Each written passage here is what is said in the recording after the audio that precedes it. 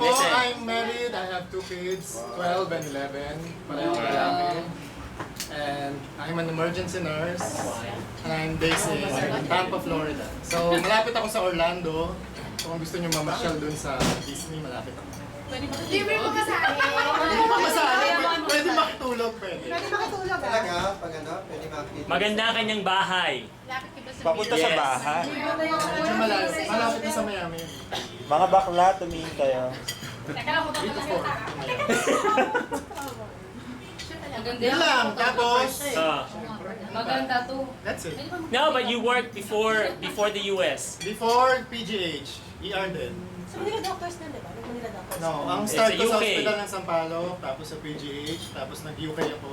Nag-stay ako doon for 5 years. years. Carlo! So I got Wow, their yeah. citizenship, so Okay, okay. Ay, nang citizen ng... British.